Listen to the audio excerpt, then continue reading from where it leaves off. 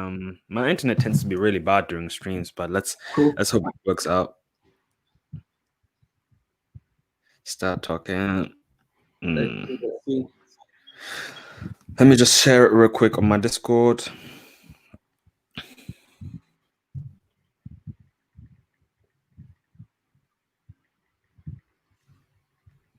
So you say you have like a WhatsApp group? A couple of them, man. I don't have a group, but I'm in a couple of groups. Like a lot of people add me to the WhatsApp group to get knowledge of places they want to go. So I don't mind. Like I said, for me, I don't charge nobody for any kind of content. I don't charge anybody for that because when I was growing up, I didn't have none of that. So Yeah. I give it out for free. So a lot of people, they're like, oh, join this group, give us some insight, give us some insight. So I'm cool with that. Oh, I see, man. You know what Nice. All right, we got 4 people watching. Hey, everybody who's like in here, give this a like. Woo woo. Like, comment, subscribe. My main guy, homie. So I've got like in my audience, there's a lot of people like whites and blacks, you know, who want to like travel and get more girls and stuff, you know. So that's like my niche, you know, because a lot of them like never really traveled and they're all into Asian girls or like girls from abroad and stuff. Because let's be real, man, like fucking feminism is making it harder for guys, especially like in America and stuff, you know.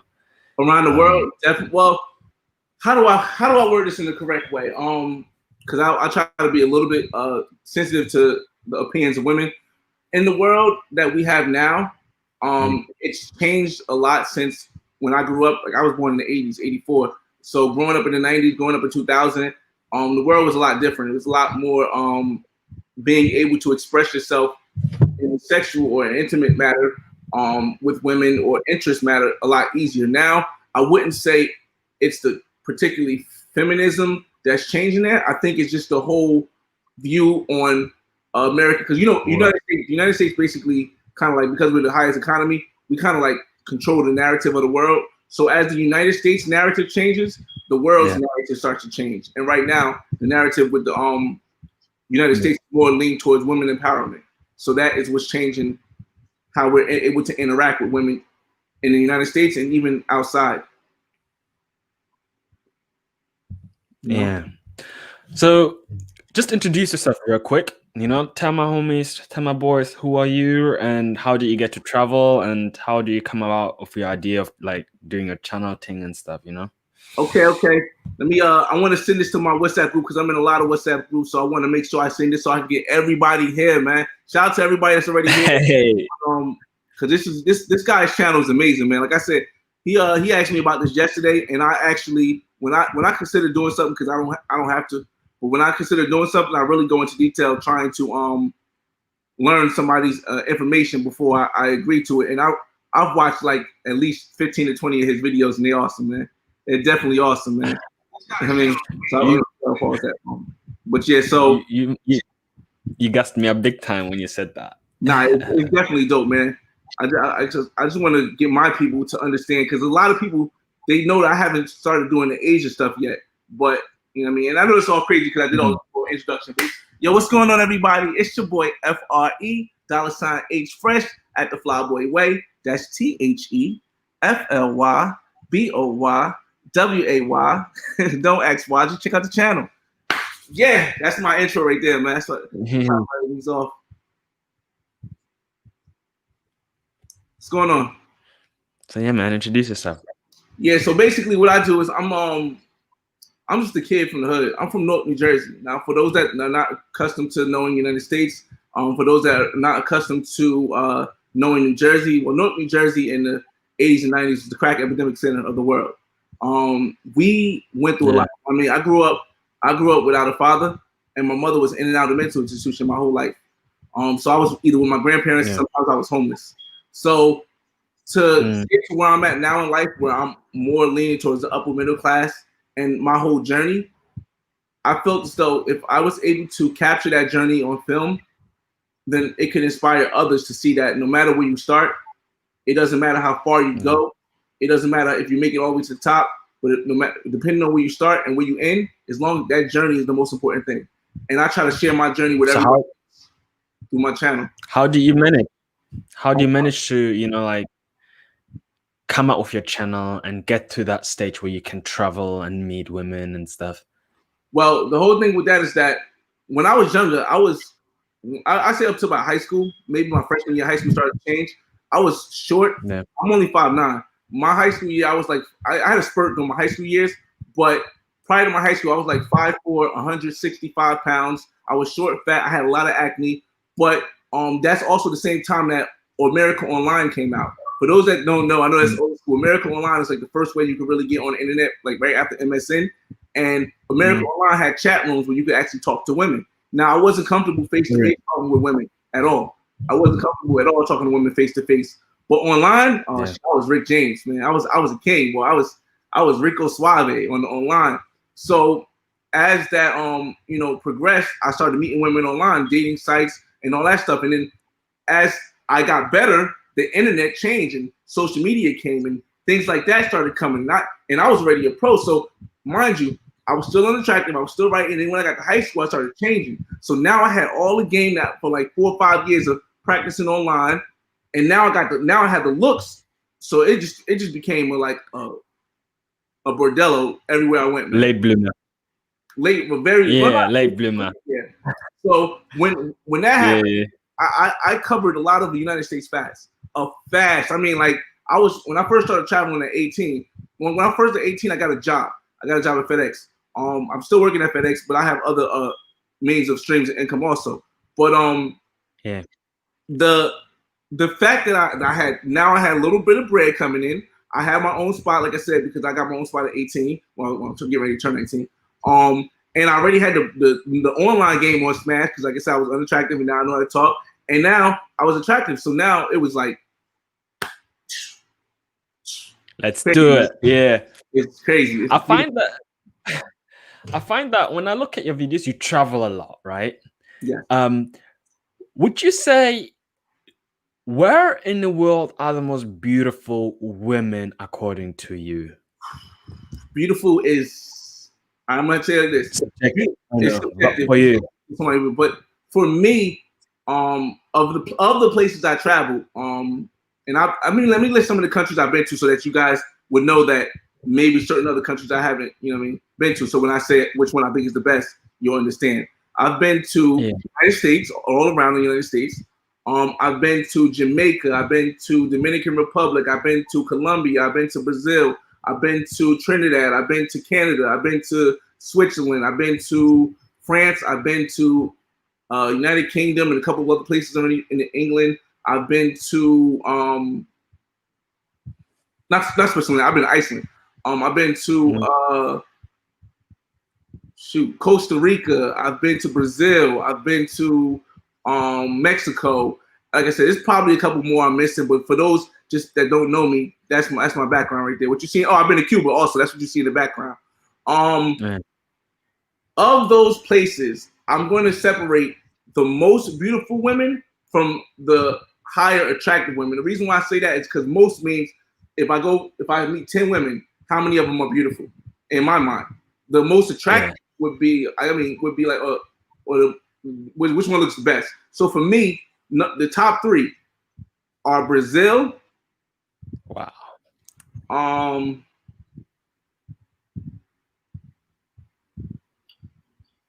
Canada. Yeah. And I'm going to say Colombia. Those are my top 3. But those are my top 3. You had to stay in one country, imprisoned in one country for fucking your whole life. One country, one woman. What country will you choose? Oh, United States. It wouldn't be a question. The variety in the United States. Listen, follow me out. The variety in the United States is more than anywhere else. Like if I'm sleeping with, this is one thing I learned. If I'm sleeping with all attractive women, that quality of attractive women dies out. But if I change the different type of women I sleep with, then it's gonna always be, oh, this woman is amazing. And all women, like all top women from other countries come to the United States. So it's gonna be harder. Yes, it's definitely gonna be harder. It's gonna be more difficult. There's not gonna be something where you can just give money to and get it. But if I was stuck in a place, it would have to be the United States because every country comes here. Oh, I see. Mhm. So you said something that really struck with me. Is it harder in the United States to get women than abroad? Uh, yes. Overall, I'm going to say yes. It's more difficult in the United States. Why? Because there are more levels to being able to get a woman in the United States than if you go Tell, overseas. tell me. First of all, if you go overseas, we're foreign. Yes, America. Yes, everybody. We are foreign if we go overseas. So, especially me being a black man, and like I said, I'm for everybody, man. But me being a black man overseas is foreign. A black man from the United States. Yes, they see black people overseas, but when they see black people, they just assume that everybody's African, and that, Yeah. and that's not it. But when they see a United States citizen that's black, it blows their mind. They're like, oh my God. And you know, right now, hip hop is the number one thing around the world. So everyone, even if it's a stereotype, it works to your advantage as a black United States citizen because they're like, oh my God, hip hop, Tupac. Tupac. I mean, it's like it's dope, and I use it. I'm not against it. Everybody say, oh, don't stereotype me as that. No, I use it. Plus, I'm from an urban environment. I'm from the hood, so I got that style. Yeah. It's amazing when you go. And plus, in the United States, if you let's say because let me break down something that maybe your viewers don't know about me, but I'm not against pros and I'm not against girlfriends. Pros are women you pay for their time. Girlfriends are women you invest your time for their time. And I'm not against either one. I go both of the paths sometimes.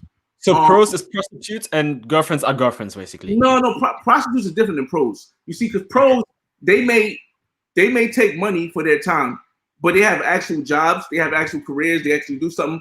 A prostitute is a woman who just solely sleeps with men for money. That's all she does. She doesn't have any. She's not no college, no regular whiskey. All she does is, hey, give me the money. That's that. A pro, she may take money. She may do it on the weekend. She may do it once in a while, and then after you maybe hit her off twice, she may say, hey, you don't got to pay me no more. Just come spend some time with me. That's why I differentiate. See, traveling the world, it helped me differentiate pros from prostitutes, and that whole situation. A lot of people say, well, if you pay her, it's horrible. She's a prostitute. Yeah, but at the same token, if you spend $100 on the date, equivalent is what you're still paying for the opportunity to hit. So I separate pros and prostitutes. Not to say that either one is better than the other, but I still separate that. But explain it. What is a pro then? Like you just pay her just to spend time with her? No. Here's the thing: a pro, you're gonna pay to spend time with her and maybe and not maybe and be intimate with her. But that's not her main gear. Let me give you a better example. If I have a job at UPS, right, and I work UPS 40 hours a week, and I'm in school 10 hours a week, if I sell weed, does that make me a drug dealer? No, not really. Same thing with for me with women who sell money who take money for their intimacy. If they do all this other stuff, I can't label them a prostitute because you do it a little bit. If you do it every day and that's what you do, I consider that. But like I said, if I'm in school 10 hours a week, if I'm working 40 hours a week, and I sell weed maybe 5 hours a week, does that make me a drug dealer? To me, it doesn't. So that's the same thing for a woman who's a pro. If she's taking care of her family 40 hours a week, and she works 40 hours a week, she takes care of her family 10 hours a week, and she sells her box maybe on the weekends, that doesn't make her a prostitute to me. Oh yeah. Oh, I see. So how did you get about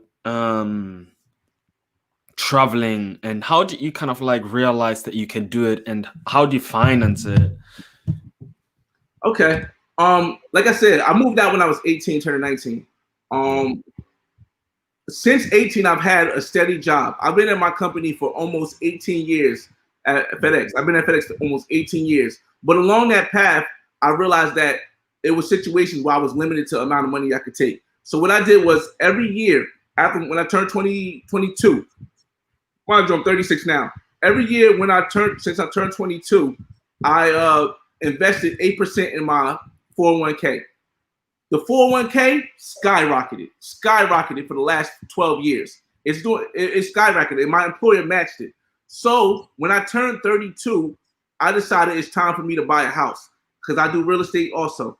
I own 2 properties, and I'm working on getting a property in Miami now, and then one in Colombia.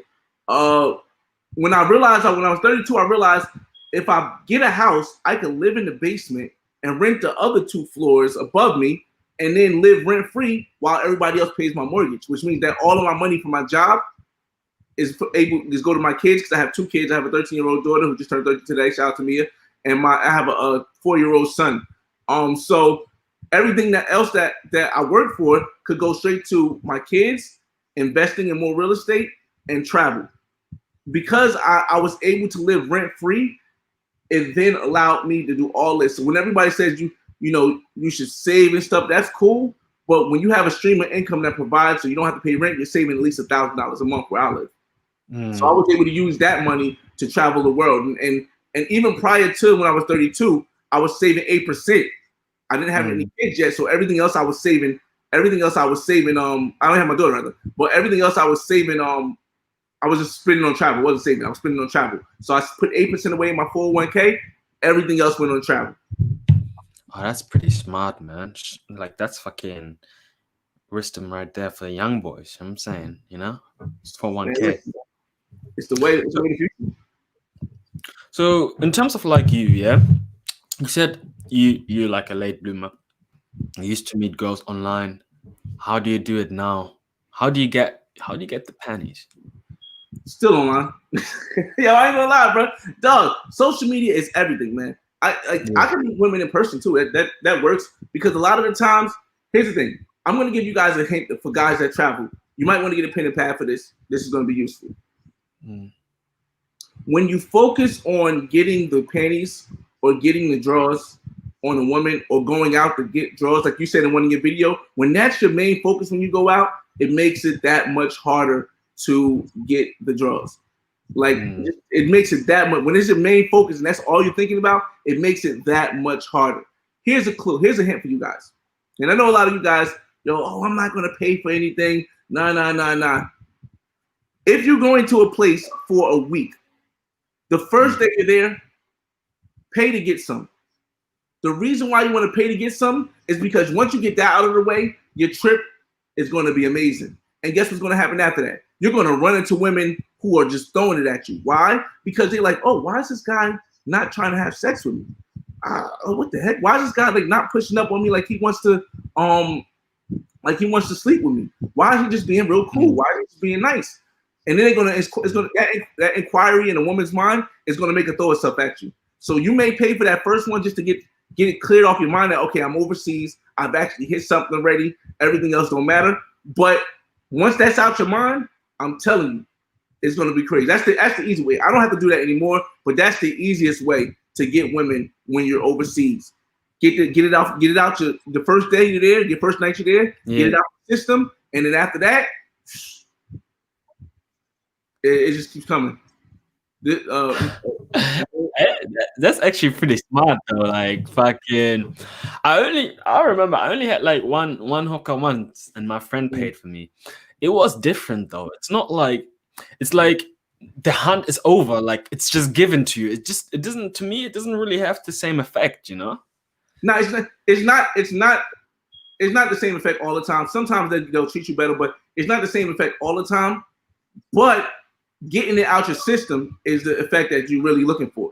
Because now, regardless or not, it's in your head. Like, all right, well, I'm already smashed. I already smashed. So now everything else is just a bonus. Now you can really get to know. You can get to like really allow women to get to know you and get to know women. And when you do that, that's when they open themselves up to you. Kind of like that story you told me when there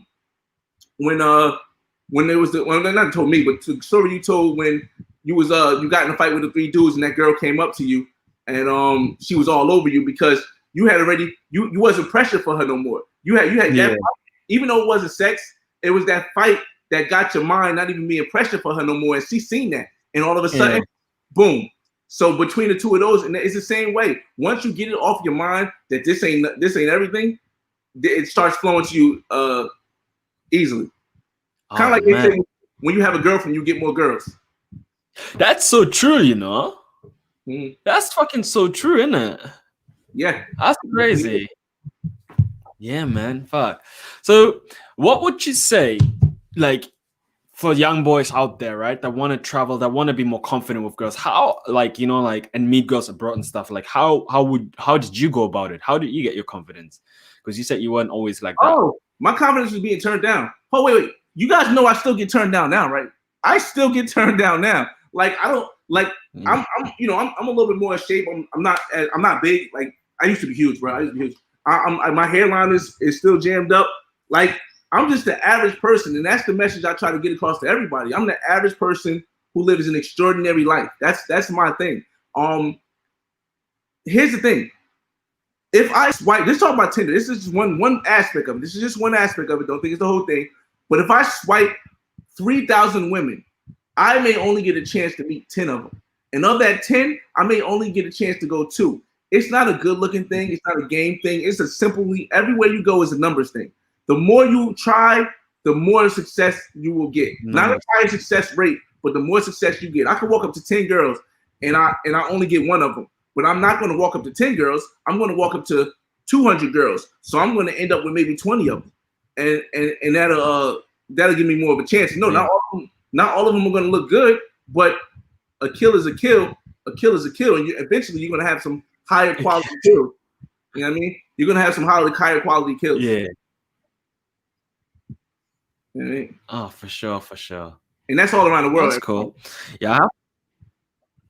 I've got one question here. Yeah. What's up? Do you actually have to have money to get the women though? No, you don't.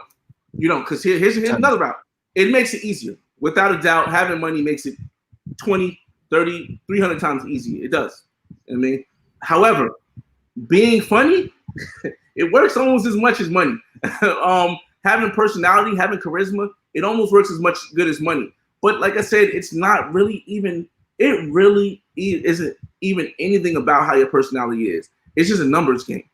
The more you apply, the more you're gonna get. Like it's a numbers game. So it's like, if you want a higher percentage, yes, money makes a big difference. A higher percentage of success rate, money makes difference. But no, because I know people who just backpack. They backpack around the world, and the women throw themselves at them. They're in hostels, and the women throw themselves at them. Like kind of like the video when you was in the hostel with old girl, and you simply said, "Yo, what you doing?" She said, "I'm over here, I'm naked," you know, or something along those lines. And or she said, "I'm not dressed," and she said, he said, "Oh, well, she watching movies or something," and you said, "Well, you know, come over here, Netflix and chill," and she was like, she didn't say nothing or whatnot, and then it goes to the room. And then she eventually comes over. Like, what money was that involved? That involved no money. But you know what happened? You knew you was leaving. You knew you was leaving the next day. So your confidence of, oh, I'm just gonna throw it out there no matter what. I don't care if I fail because it's my last day here. That allowed you to make that confidence to make that move to go out and shoot your shot. And guess what happened? Swish. Yeah, that's so true. Yeah. Oh man. Because like I was like, I had like whatever. If it works, it works. If it doesn't, it doesn't. You know, like I wasn't like hurting for it. You know. And that's the way you can get over your fear of getting at women, no matter where you're at in the world. Once you get, and that's why I said with the whole paying for it first thing. That's just, I don't have to do it no more because for me I'm past that level.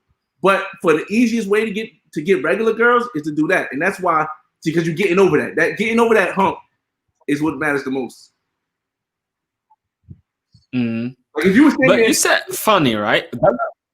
Sorry. No, if you were staying there for another week, would you have done that? I wouldn't have done it. Nah, no way. So, homie, you said being funny works, right? Does that work with black girls, like hood rats? Because I don't know, man. Like, from what I feel like, I've met like few black girls, man.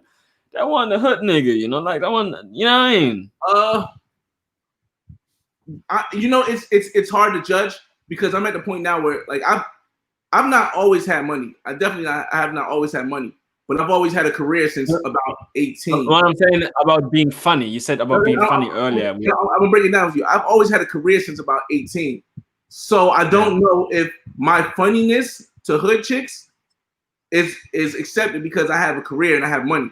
You know what I'm saying? Mm. I don't know if the funny is accepted because for me, being funny to hood chicks, I knock it down anyway. It works out that way because I'll be like, when I say being funny, I don't mean ha ha ha stand up comedy. Ha. No, I mean just naturally smile all the time. Don't try to tell no jokes or nothing, but say stuff. Knock knock. I mean, don't be like, no, I got a joke for you. No, that's not. You know I mean? That's hilarious. It just like Oh, said, man. being funny. Yes, being funny. I feel as though even with the fact that I've been working since 18, being funny does work for hood chicks.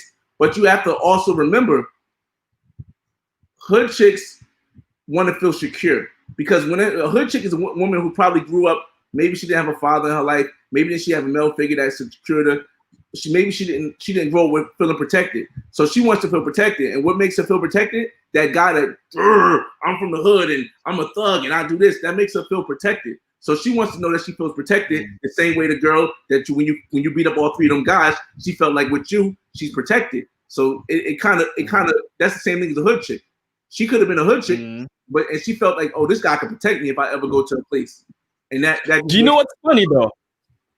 Beforehand, she was giving me no play because she was so fine, right? Well, she seen you? I tried to wait, I didn't understand that part. She seen you and wasn't giving. I thought you didn't see it. She didn't see you. She actually saw you and wasn't giving you any play. So initially, I tried and talk to her, but she was just referring me to her fat friend and blanking me and shit. So she was like referring me to a fat friend, and I was like, oh my God, I might as well just talk to your fat friend so I can get closer to you kind of thing, right? But then I was like, nah, I'm going to other girls. I was like, you know what, whatever, because I didn't want to kind of embarrass myself. But she wouldn't give me no play, right? But I got other girls, right? And the other girls, they were cool and stuff, like I had one sitting on my lap, the other one trying to talk to me and shit. But these guys, they were just trying to get into a fight. So I banged them out, right?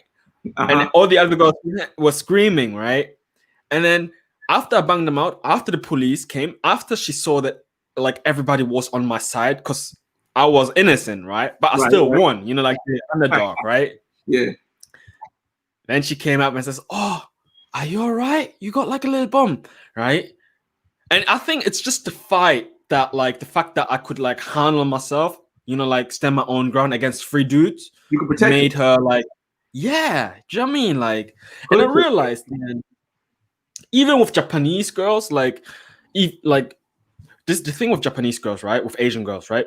Like Asian dudes, they're a bit like feminine, right? They're quite feminine, so they're not used to like a masculine guy, right? But once they can handle a masculine guy, right? Like to the point where you're not scary to her anymore, then you become attractive because it's like it's something new, something curious. You know what I mean? And like, yeah, because it's crazy, and I realized that like all around the world, man, like women, they like confidence. They're like, somebody who can stand their own ground against other guys or like against girls as well. You know what I mean? Yeah, I can see that.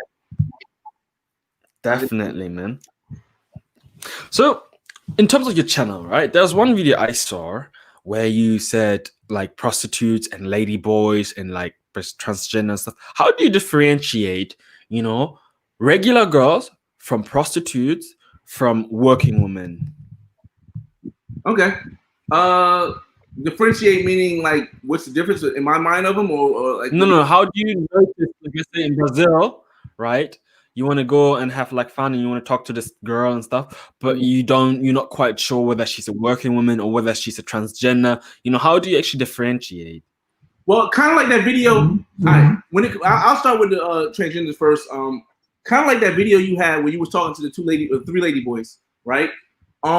You see how comfortable you were talking with them, even though I presume you're a heterosexual man, right? Yeah. Me too. I'm a heterosexual man also, but I'm okay with talking to transgender women. I'm okay with just having a conversation, kind of like the same way you was talking to the three lady boys. Came out there.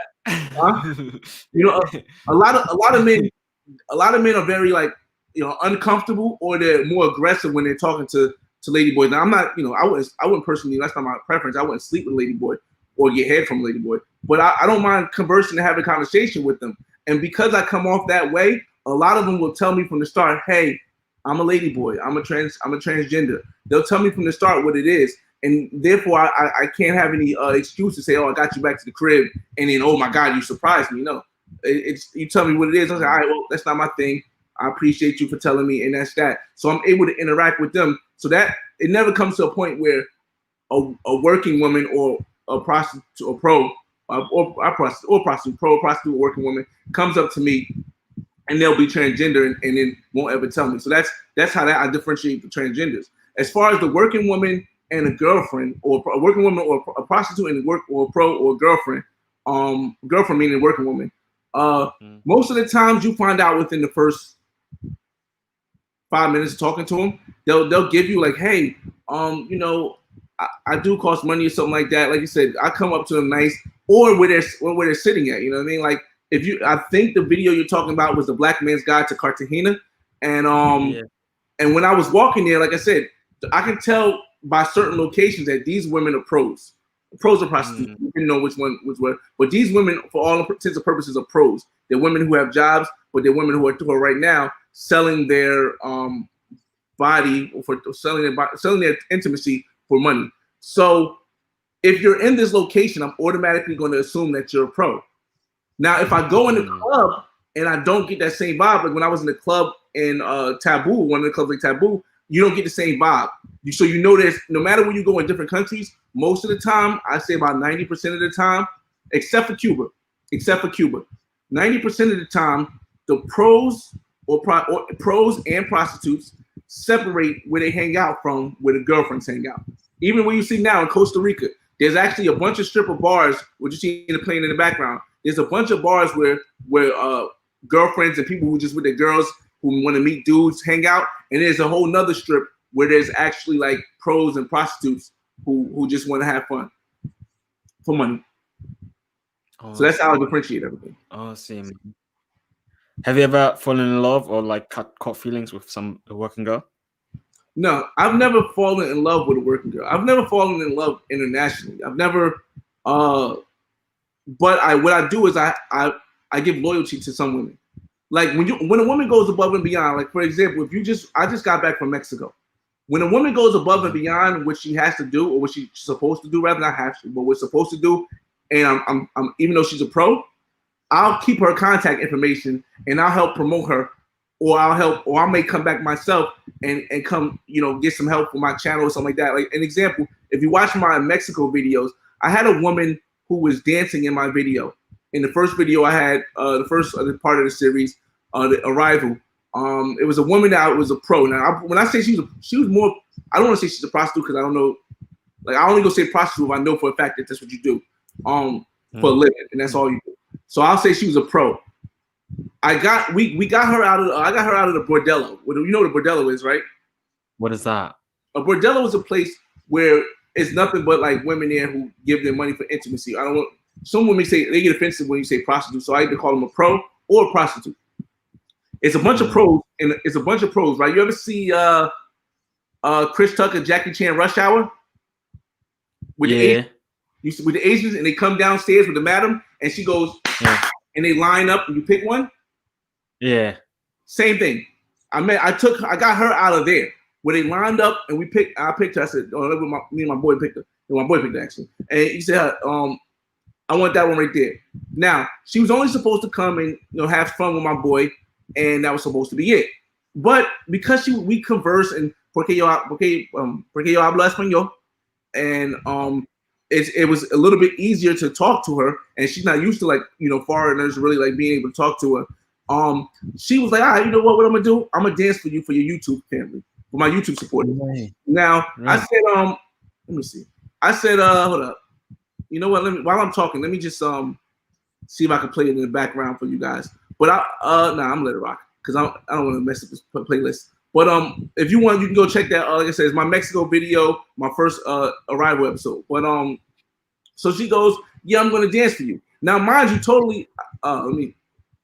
There you go. Totally, she was only supposed to dance with her clothes on because YouTube, you can't put nothing with any clothes on YouTube. Shout out to YouTube. I really like you. Make sure you guys like and subscribe to the channel. So what she did was she danced with her clothes on, and then she put on a strip show. took all the clothes off, and let me keep recording. Now, most women won't feel comfortable with you recording. I mean, with my real 4K camera, not my phone, my real 4K camera. Most women won't feel comfortable with you recording. Now, she was a pro. We paid for her to do her thing, but this is above and beyond. So I took her Instagram information, and now when I go back, I could directly contact with her versus going through the bordello. And now, you know, she'll get more money. I'll introduce her to more people who like her from the video.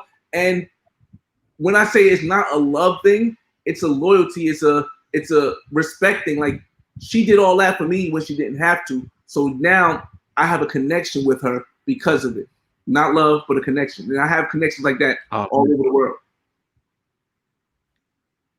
Good man. Hey man, if you're watching this video, give this video a like real quick. For letting the flyboy come in here, bro. I'm gonna ask a few last questions. It's cool. Have you got any like crazy girlfriend stories or like anything like crazy when you went abroad? Anything? Listen, if you haven't checked out my channel, my story wasn't as simple as a lot of. Well, you could tell from my beginning of my whole growing up fatherless and my mother in out the middle. You could tell that my story wasn't going to be the average person's story, man. The one thing I just never, really leaned to, and I said I don't have nothing to get to because some of my friends do it. I never sold drugs because, you know, it just for me, based on what I had to go through, because my father was on drugs and never around, or I didn't meet him until I was 13. And when I did meet him, I found out he was on drugs, and that was the reason why, and that was it. So that for me was the reason why I didn't want to, you know, feel like poisoning my own community for my profit. But I don't have anything against it. That's what you do, because I have friends that do it, and they're like the most loyal people to the cause of you know, helping the community. So, you know, it's just based on what your options. With that said, wait, say that question again, because I was getting to it. Crazy stories. Right. With that said, the reason why I went back to my past to say that is that on my channel I have a section called Story Time.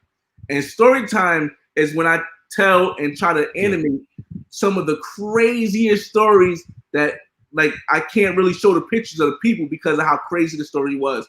And the videos are pretty interesting. And I'm going to use a video. I'm going to use a story out of my Story Time, but you get more into detail. I'm going to sum it up here because the story time is usually like 10 minutes long. So I'm at least 10 minutes long. So I'm going to sum it up here and say, there was a point when I met a girl. I met a woman at my job, and she was an older woman. She was about like, that's why I just started working. So I was about 19. She was about 42. And she was a security guard. And we were joking back and forth. Everything was cool. And she wanted to introduce me to her daughter. So I was like, oh, all right, cool. Like, I was like young. So she's like, all right, maybe he's not interested in me, but my daughter. I want to introduce you to my daughter. And her daughter, she's like, oh, my daughter look like Beyonce. Now, when somebody says somebody look like Beyonce, and this is old Beyonce, you know what I mean? It's old Beyonce. So when somebody says they look like Beyonce, you're like, all right, maybe they don't, but they just try to hype them up. But she actually really looked like Beyonce at the time. But she was thick. She had like backside, she had breasts, she was like red bone. I was like, well, this is bad. So a couple of times I linked up with her daughter. We kissed, we made out, we went to a couple parties, but we never crossed the border. We even made out in her mother's couch once, right? One time, her daughter came over to my house, and my friend was there, and she asked if she could bring her mother with her. I'm like, what? Like, you bring your mother with her? Well, I had a friend, and you know, back in the day, when I was 16, when I was 16, I was intimate with a 31-year-old, so I didn't see nothing wrong with my boy. He was like 20 at the time, or 19 at the time, and I was 20 at the time. I had no problem with him, you know, hanging out with the mother, like whatever happens, happens. So she came over, and then come to find out the mother was really interested in me. It wasn't the daughter that was interested in me. Mind you, by this time I had made out with the daughter already. So I ended up sleeping with the mother while the daughter was in the other room. And her mother like pooped on my bed. And like, when she pooped on my bed.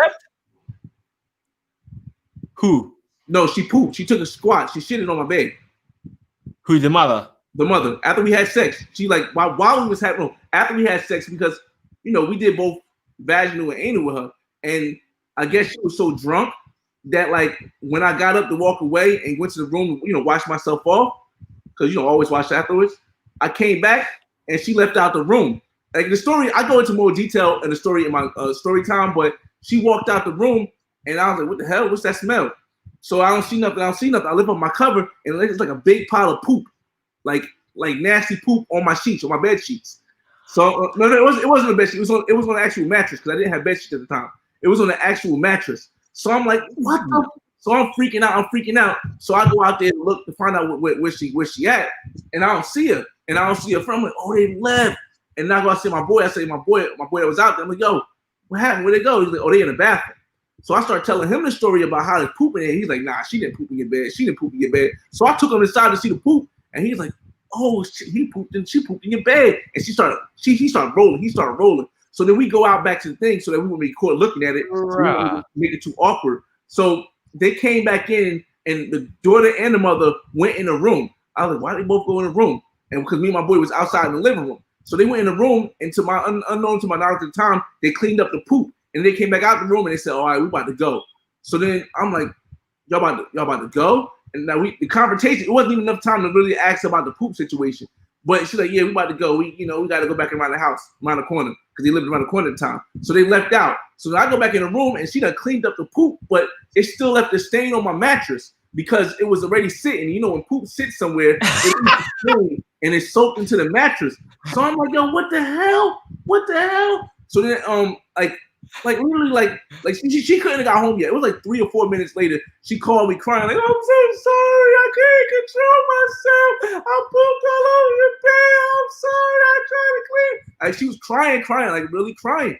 So I was like, it's all right. And then after that, I seen that at work every day, but the vibe wasn't the same no more. And it wasn't like it was a fault. It just was the audacity of me having to go in there and see this. And that's my crazy. That's probably one of the craziest stories I had with a woman in general. That's crazy.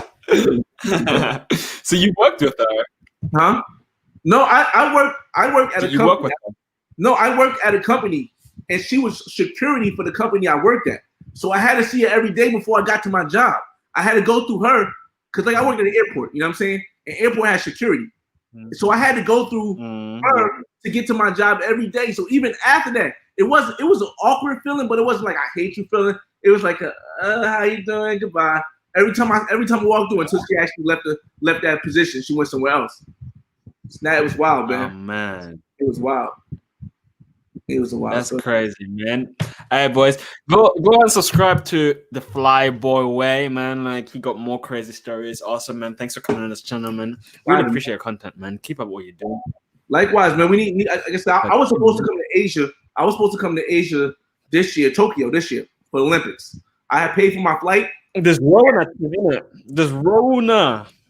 Yeah, I was crazy. Fuck. Flight, this is probably the most. I've been to Dubai before, and Dubai was like a 14-hour flight. But this is going to be the most money I ever spent for a flight, and it was going to be the longest I ever spent. I spent like $1,500 plus insurance was $100 more. I spent $1,600 just for the flight alone. Luckily, I hadn't paid for the Airbnb, and that's when the Rona hit, and they told me they were moving it. So I wasn't able to make Tokyo this year, but I do plan on going to Tokyo for the Olympics next year. And then I was supposed to go to Thailand after that, so it just moved over 1 year. But I definitely plan on there. I definitely plan on going to Tokyo for I'm gonna end this part. I definitely plan on going to Tokyo for I feel like everybody is going to Japan at the same time, kind of thing, when the Rona and the border opens in like the Olympics and stuff, you know. Mm-hmm. Well, I don't know, because the Rona got a lot of people scared, man. The Rona to me has, because I don't want to say the word, because sometimes when you say the word they demonetize it. But the Rona, it has a lot of people scared. So it's like, I don't know if the Olympics will be that hard to get to next year versus how hard it was to get to this year. Bro, you don't understand. I was trying to get a ticket for a basketball game there. Like, Joe, expensive, bro, and hard to get. Like, you got to plan months in advance. I don't think next year is going to be as hard. And I mean, because a lot of people are scared because of the Rona, man. That's what happened. Fuck, but hey, man, I'll do my thing. I'll go there, fam. Like, and I'll be like, yo, this is Japan with the Rona, man. Not much difference, you know. At least you know what I mean. Like, let me ask you a question though. Like you go to Japan and a lot, or Tokyo a lot. How, like, where do you live there, or do you live close by where you can go back and forth? nah, bruv, I live in England. Dang. But right now I'm in Australia, so that means it's closer. So once the borders open, I'll be the first one to arrive, man. You know what I'm saying? I hear you. I actually have a girl from England I met in Canada. I met her in Canada, and she I'm real tight with her. She just was able to leave the UK. I don't know, or England. Literally last week she just left and went to Dubai. And then from Dubai she's gonna come to the States and she's gonna hang out with me, and then she's gonna go to Jamaica. She bad too. She bad as hell. You smash? She bad. I can't even say. She bad though. But she she's from Sierra Leone. But her family's from Sierra Leone. She lived in Sierra Leone, and then she moved to England or whatnot. I keep saying UK, but she lives in England.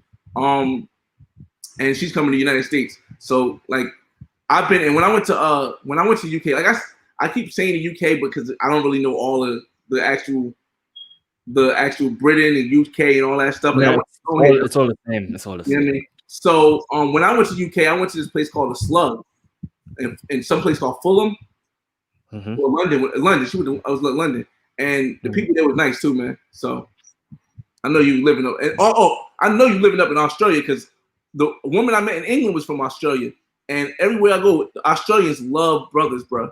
Everywhere I go, Australians love brothers. I've heard that. What part of Australia you in?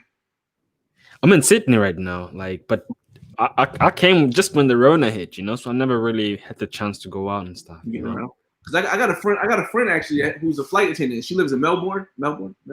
Oh man, hit me out, give me an Insta, innit? Still. Yeah, I don't have on Facebook. I do have an Instagram too, actually. Yeah, I definitely can do it. Oh, one question I forgot to ask. You said you're really good with texting. You know, I'm actually really like the opposite, man. Wait, what is your texting game like? What is your texting game? How do you get the girls on the internet? You know, because usually when I match girls, if she's a body, you text her, you get one word answers, one word replies. I'm like, rah. Do you know what I mean? If you were face to face, I'd be getting you. Wait, you can speak Japanese, you can have amazing content, and then you don't have the ability to talk to women on the internet as well. That's texting wise. Texting? Oh man, come on, man. Yeah, trust me. The easiest one. Yeah. Oh man, I didn't say I can't. Okay. I said it's a lot difficult. It's a lot more difficult because you know when you're actually really good in person, you don't really rely on texting so much. But now texting became a bigger thing. I'm like, rah. For me, like I said, when I was like 14, 15, I just started, or 13, 14, it was easier because I'm not face to face with a woman. When you face to face with a woman, it's extremely hard if you're not confident to keep a conversation because there's a million things running through your mind.